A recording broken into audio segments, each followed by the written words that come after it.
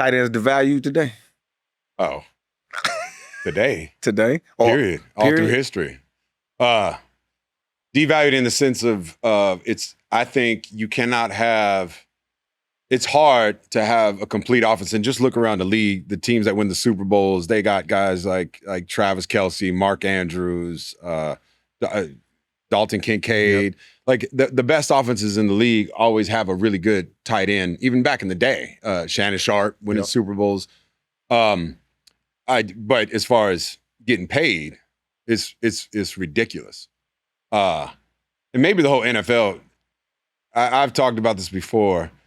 The reason tight ends are undervalued, what they bring, you can catch. I remember this happened to me. My 5th year in the league, I was first team All-Pro 2 years in a row. My contract's up, and I go to negotiate, and they say, "Okay, we're gonna make you the highest paid tight end in the league." And I'm like, "Well, yeah, of course.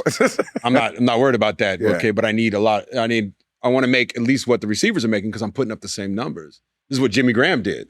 Yes, where he wanted to be called a receiver because just because you're called a tight end, it doesn't matter what numbers you put up. He had 16 touchdowns, 1,200 yards. Yeah, but you're the number one threat on that offense. So number one threat, like the number one receiver. But they don't look at it that way. You lose out on so much money, and it adds up. And I know a lot of people out there are like, "Shut up! You're making millions of dollars." And you're right, we're making a lot of. It's a lot of money, but it's a deal every time for a tight end. That's what I would say, and it's still undervalued. And I wish they would do something about it because it makes no sense. Yeah. Welcome to our world, the running backs world. Running back world. Same thing. We had the same kind of. We had the same beef. Makes no sense. Saquon Barkley, you're not winning that Super Bowl without him. And no. Now he made $12 million. Well, no, they gave him 20. He up to 20. Okay, up to 20. Yeah, they adjusted his contract. But going into the year, he was 12. Gave him 12. Yeah, it was at 12. Like that's so. I know it's a lot of money, but. That is underpaid by far. Yeah. I know this might be off track a little bit, but just because you said he went to the season at $12 million on that Super Bowl year last year, just because you say that Joe Shane should be fired from the Giants. You let Saquon walk out of there, man. On TV too, but that's a whole nother. On topic. TV. Yeah, he did. It was on Hard Knocks. It was on Hard Knocks. Tony, actually, I think I remember talking to you at a Pro Bowl. And you were telling me about an assistant, Denise. You was telling me you was giving me some advice about an assistant to use. But you was also talking about health, and I think at that time you might have been a vegan or vegetarian or something. But dude, you never really got hurt. You played every game. Yeah, damn near. Like you always came to work. Yeah, and in the trenches. And that's what I'm saying, bro. Like. And in the trenches. That ain't easy, and he played damn near 20 years. Like, how'd you do it? Still ain't aged now. You still look like Jason Kidd. Yeah. You still ain't aged. How'd you do it? That's because I got a face line. I'm going to drop it right now. Caldera face. I should give you guys something. You guys want to look young? What's that? Yeah. It's called Caldera. There's lotions and stuff. Koreans made it. The Koreans be making face products. This is from cuz. Get off Temu, cuz. All right, get off Temu. You got too much money to be on Temu, cuz. Temu got it. You know what? I ain't trying to hold you. But yeah, that ain't aged at all. Bro. I know, but you really haven't though, bro. You look like you going to be Benjamin Button. You're going backwards, bro. Like, how'd you do it from a health standpoint in the National Football League? Damn. And how do you stay so well now? I think I was real conscious of taking care of my body. I got into that during I don't know, right around year 7, 8, because I knew the end was coming. I always thought I was going to play 10 years and be done. And so when I started getting close to that, I was like, okay, well, I got to take care of my body because I'm starting to feel a little bit down. And so I talked to our team nutritionist, and I became a vegan for a while. Yeah. Which was no fun. I don't recommend that. Me neither. It's not fun. Yeah, I tried it. And you don't need it. I think there's back then there was a lot of signs saying you should be vegan. And I'm like, screw that now. You can have meat. And then I wrote a book with the dietitian called The All-Pro Diet. And it was always important to me because I wanted to stay and play. But a lot of it is luck too. Like I was playing against Seattle one time. This is probably just before you guys got there. Year 5, the last game of the season. I went up for a Hail Mary before halftime just to try and get in the end zone and came down and somebody landed on my knee and tore my MCL and I was out for 3 months. If that would have happened the first game of the season, I missed the whole, probably going IR. I don't even play that year. So it was a severe grade 3 tear. And so you just get lucky. But I think basketball is another good thing that helps me get out of the way. I was very conscious of how to know when to go and when not to go. Like I'm not big on, you can't go beast mode every time. Maybe you could, but I think eventually you're going to get hurt if you do it every time. You got to know, okay, if you're the first down's there, you got to go get it. But if it's, you got to go down sometime. You got to know how to play the game. Now we got a lot of young people that listen to our pod, man. What would you say? Because I can't imagine you going into the weight room trying to lift 500-600 pounds and just, trying to throw up all this weight over and over and over and over. Yet, again, you just talked about blocking in the run game. You just talked about blocking that big defensive end that called you out your rookie year.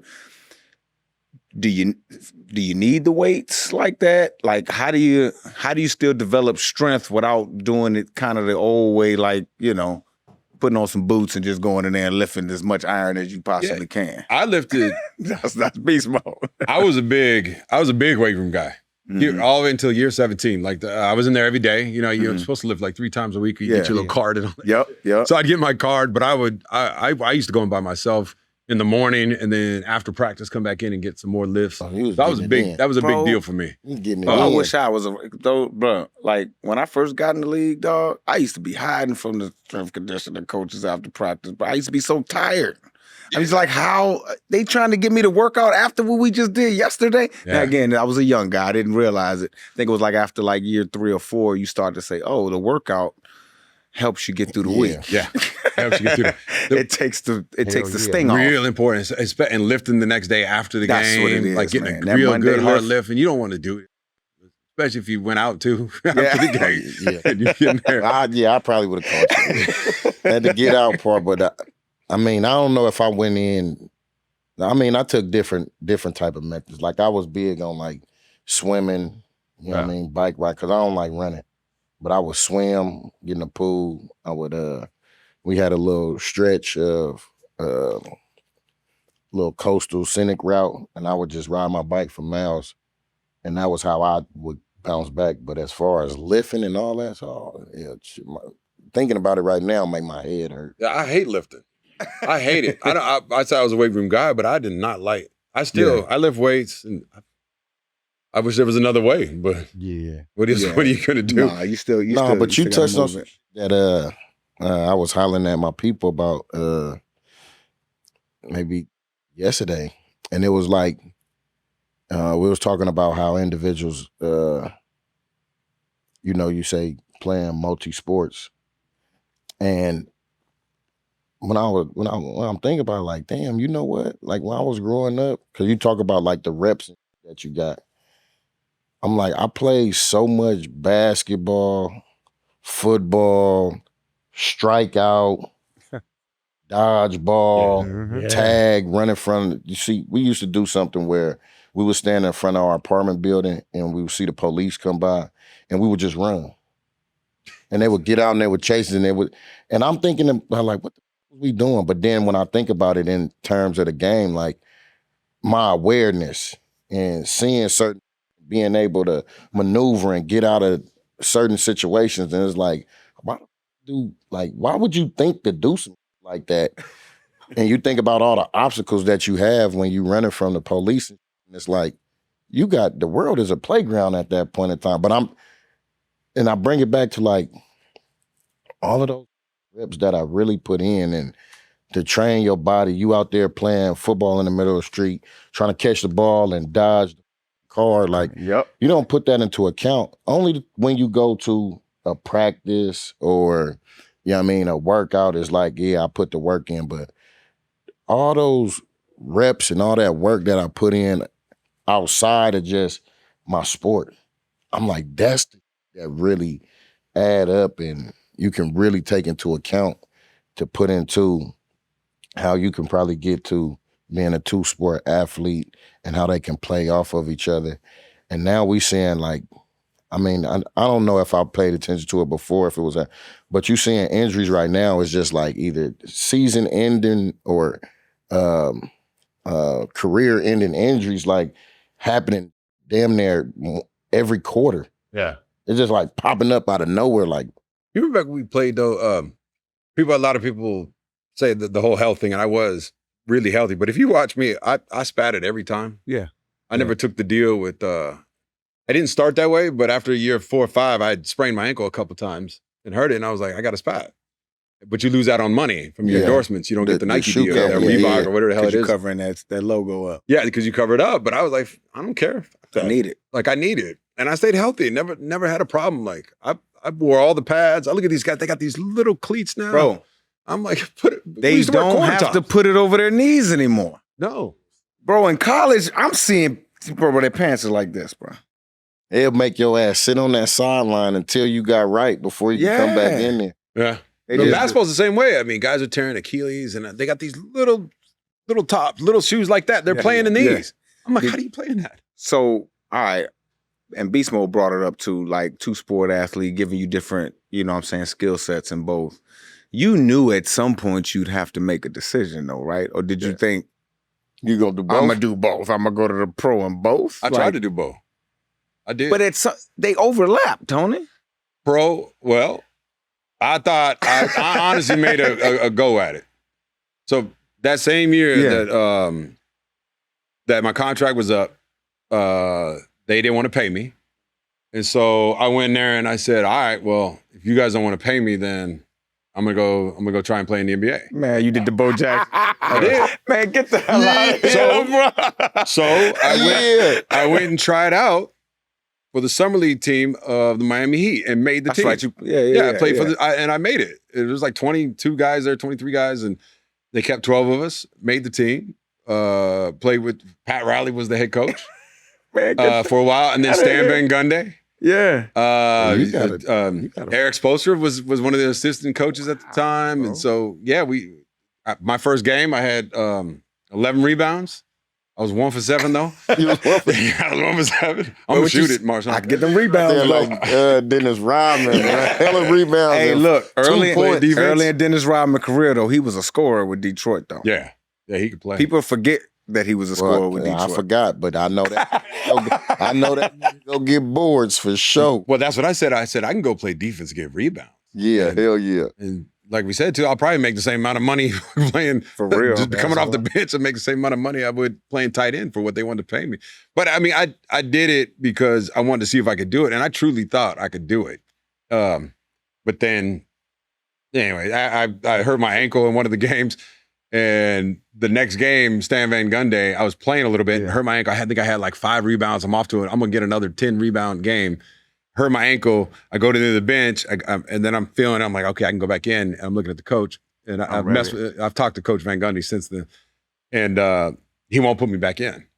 And I'm like, okay, well, we go back to practice the next day. Next day, we play another game. We actually fly out to the Pyramid here in Long Beach, in LA, and we're playing against the Warriors, and they won't put me in again. And after the game, I go up to Stan, and I'm like, what's going on? Like I'm playing, I'm getting your rebounds, I'm playing, getting my guy, nobody's scoring on me. They didn't got the call. You got a call. Yeah. You better sit him. Yeah. We got a contract waiting on him. Yeah, no. And I signed my deal. Not too much longer. I got a contract waiting. They paid me more money. They paid me more money. Damn, he out here running around playing some damn basketball. Yeah, and they put in my contract. I could never play. Oh, they put it in there. Yeah, no more pro. You can't play any organized pro league other than football. So. Ooh. Man, Tony, bro, that's some amazing. Yeah, that's some right there, bro. For real, huh? That is, bro. Like, that's too, like, in another professional sport. Yeah, I played all the pro leagues. I played every year here. In Carson, they had this thing called the Real Run. Yeah. Or I played up at the Long Beach Pyramid. Played against Magic Johnson. Go ahead. You gave him 29. Davis team 29. He gave you 29? I gave them 29. Me and Baron Davis were on the same team. Baron got 31, and I was in that pick and roll with Baron. I had 29. You was in a good ass era because you talking J Kid, J Kid, and then Beast Mode, like, and And now you talking Magic Johnson and BD. Like, yeah, Magic had a summer league team that he played with, but all of the guys like Bo Outlaw, Antoine Walker, all these guys would come. All those guys from that era would Paul Pierce. We'd all play up at the Real Run here during the summer. That was my off-season workout program. Literally, I didn't touch a football. I hardly ever caught a football unless we went to OTAs. But that was it. I was all basketball during the offseason. This episode is brought to you by Prize Picks. The hard-hitting football action is even better with Prize Picks. The weather might be changing, but the feeling of being right never gets old. So keep the season rolling on Prize Picks by getting $50 instantly in lineups when you play your first $5. The first few months of football season has been entertaining, beast mode. Baker has been cooking. Drake Mays have been heating up. So, man, Jackson Dart, you know what I mean? I'm taking the more, you feel me? On Prize Picks, how you play is up to you. If you want flexibility, choose Flex Play, where you can get paid even if one of your picks miss. And if you want the biggest payouts, go for the power play. No matter your play, Prize Picks is always great way to put your takes to the test. Prize Picks also offers injury reboots. If one of your players leaves the game in the first half and doesn't return, Prize Picks won't count it as a loss. Download the Prize Pick app today and use code GETGOT to get $50 in lineups after you play your first $5 lineup. That's code GETGOT to get $50 in lineups after you play your first $5 lineup. Prize Picks is good to be right, my boy. What time is it? Game time. Basketball season is back, money, and there's nothing better than sitting in an arena, the adrenaline rushing, watching home hoops. Love me some hoops, my boy. Always said, you know what I mean? I like when hoopers go hard in the paint like running backs. And we were just scrolling through the app looking for tickets for basketball games for this season.